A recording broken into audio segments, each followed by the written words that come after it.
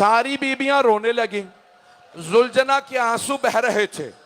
جناب سکینہ نے خود ہی جواب دیا, زلجنا تیری کٹی ہوئی باگیں اور لٹکی ہوئی زین بتا رہی ہے, میرے بابا اترے نہیں ہیں, گرے ہیں.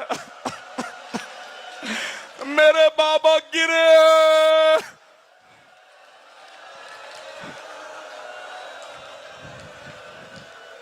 پڑھوں یا چھوڑ دوں؟ اجرکم اللہ, اجرکم اللہ. بس بھائی, ایک مرتبہ شمر نے آواز دی, لوٹو تبرکات علی و بطول کے. جانتے کیسے تبرکات لوٹے؟ ہاتھوں میں نیزے تھے, بیبیوں کے سر تھے, وہ نیزوں سے چادریں اتار رہے تھے. ہر بیبی آواز دیتی تھی, عباس.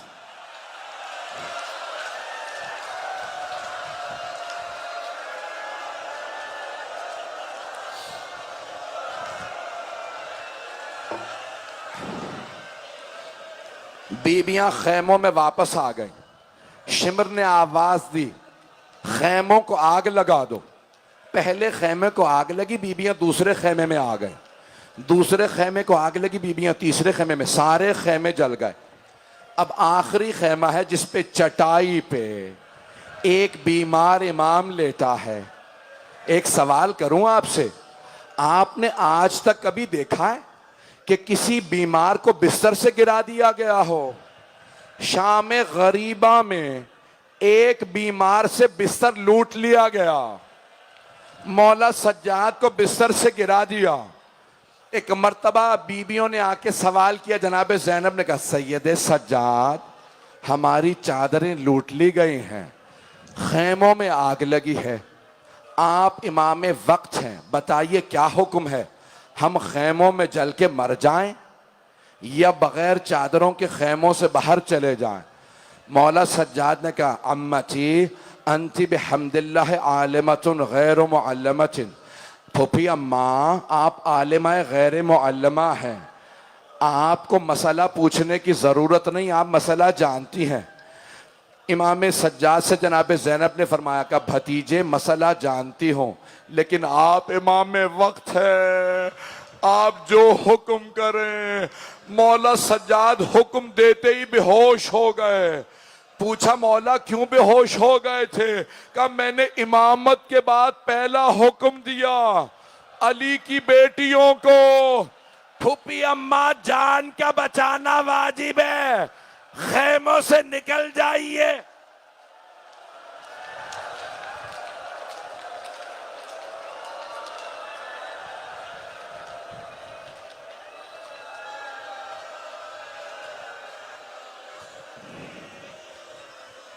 آپ تو برداشت نہیں کر پا رہے. میں تو بہت زیادہ مصائب سوچ کے آیا تھا. بس بھائی جانتے کیا ہوا؟ خیموں کو آگ لگی, بیبیاں سب خیموں سے باہر آ گئیں. مجھے بتایا ہے آپ کے ساتھ بھی مائیں بہنیں بیٹیاں آئی ہیں. اگر آپ میں سے کسی کو یہ پتا چلے کہ آپ کے ساتھ آئی ہوئی کوئی چھوٹی سی بچی بے ہوش ہو گئی ہے, تو آپ کیا پوچھیں گے؟ یہی پوچھیں گے نا, بچی کو کسی نے پانی پلایا یا نہیں. لیکن شام غریبہ میں جانتے ہیں کیا پوچھ رہی تھی بیبیاں؟ تماچا کس نے مارا تھا؟ نہیں میرے بھائی, نہیں میرا بچہ.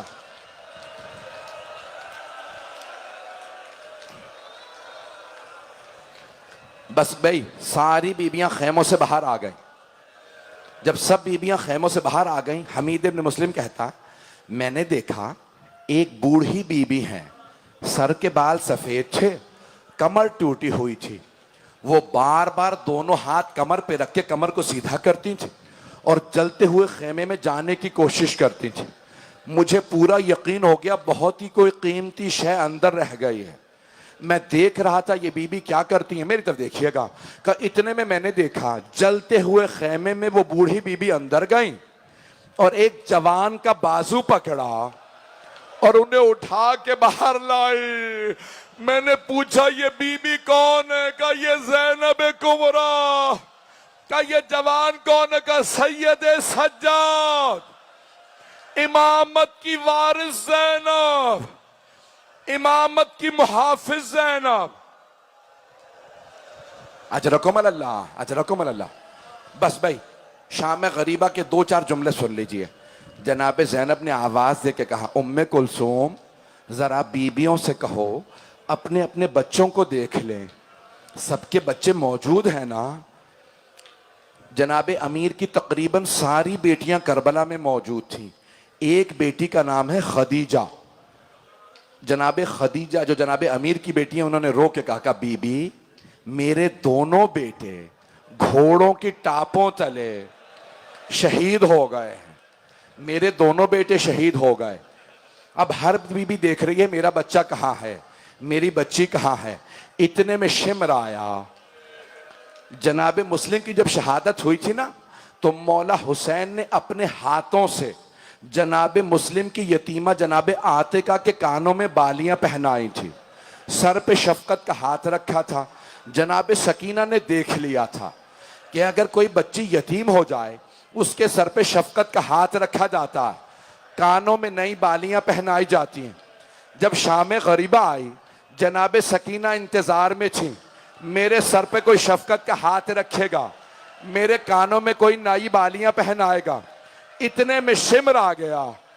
اس نے بی بی کے سر پہ ایسا ہاتھ رکھا بی بی کا بالوں کو چھڑانا مشکل ہو گیا.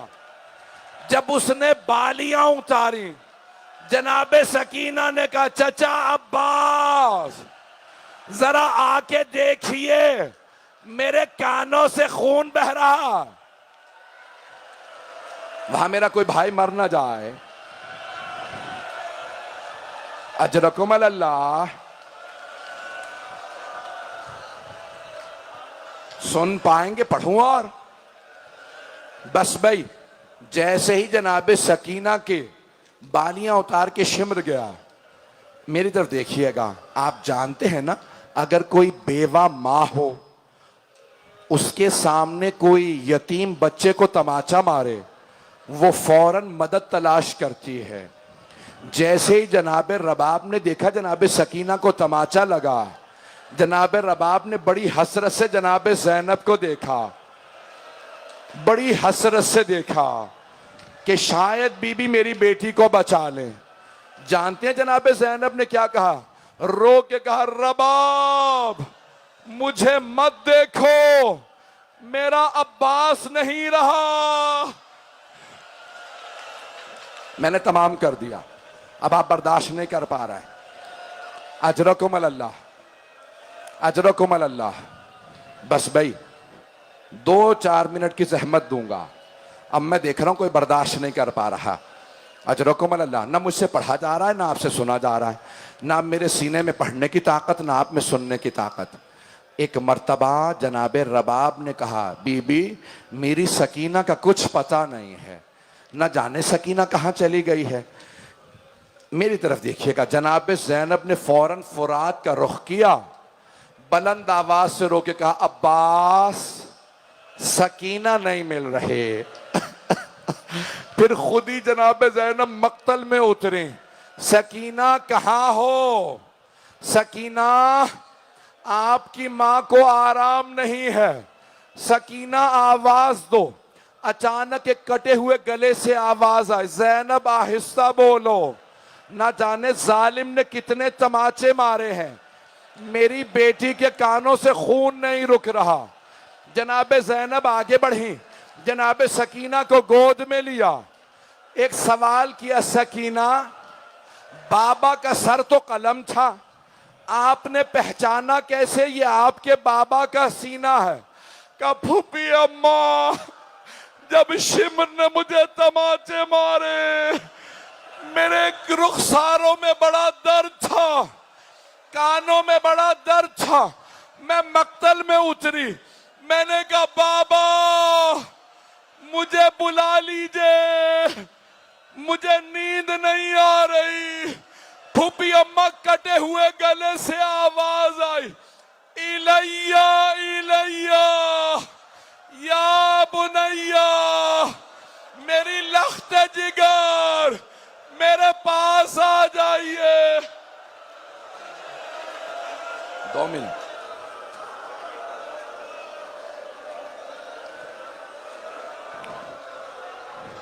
پڑھو نہ پڑھو، میرے بھائی اشارہ کرے، سید زادہ کہتا ہے روک دو مسائل.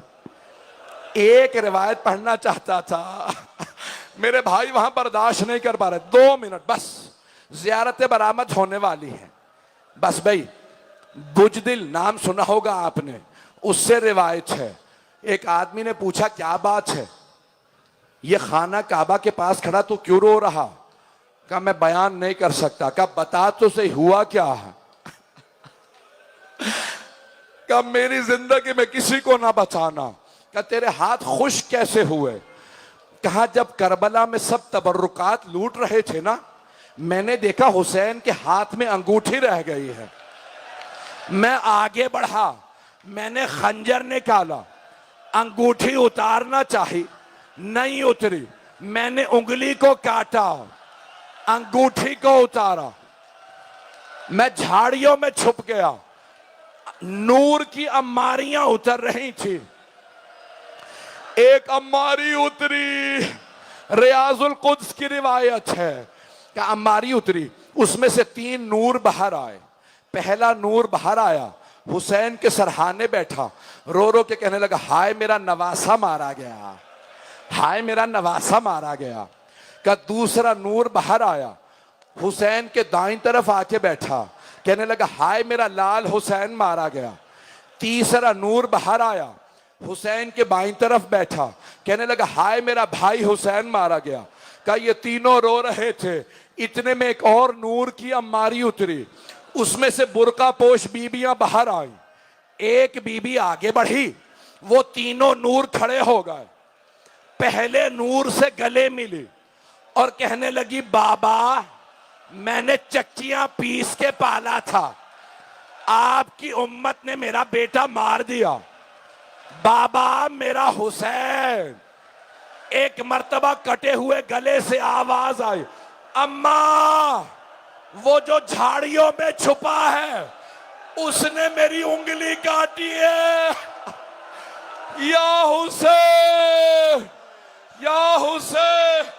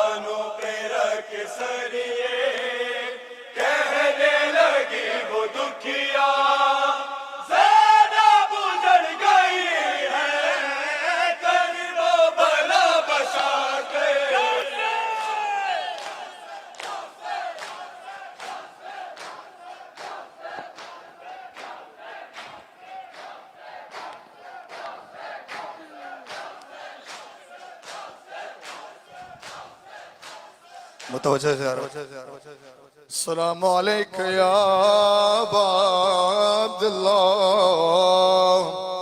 السلام علیکم یا ابن رسول اللہ السلام علیکم یا ابن امیر المؤمنین السلام علیکم یا ابن فاطمة الزہراء سیدت النساء العالمین سلام علی الحسین وعلی علی ابن الحسین وعلی اولاد الحسین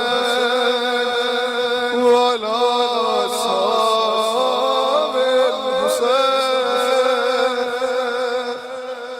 السلام علیکم ورحمۃ اللہ السلام علیکم یا غریب الغرباء السلام علیکم ابن معین الضعفاء والفقراء السلام علیکم یا شمس الشموس یا انیس النفوس ایها المدفون بأرض توس یا سلطان عرب والعجم یا ابا الحسن یا علی ابن موسى الرضا راضی بالقدر والقضاء ورحمة الله وبركاته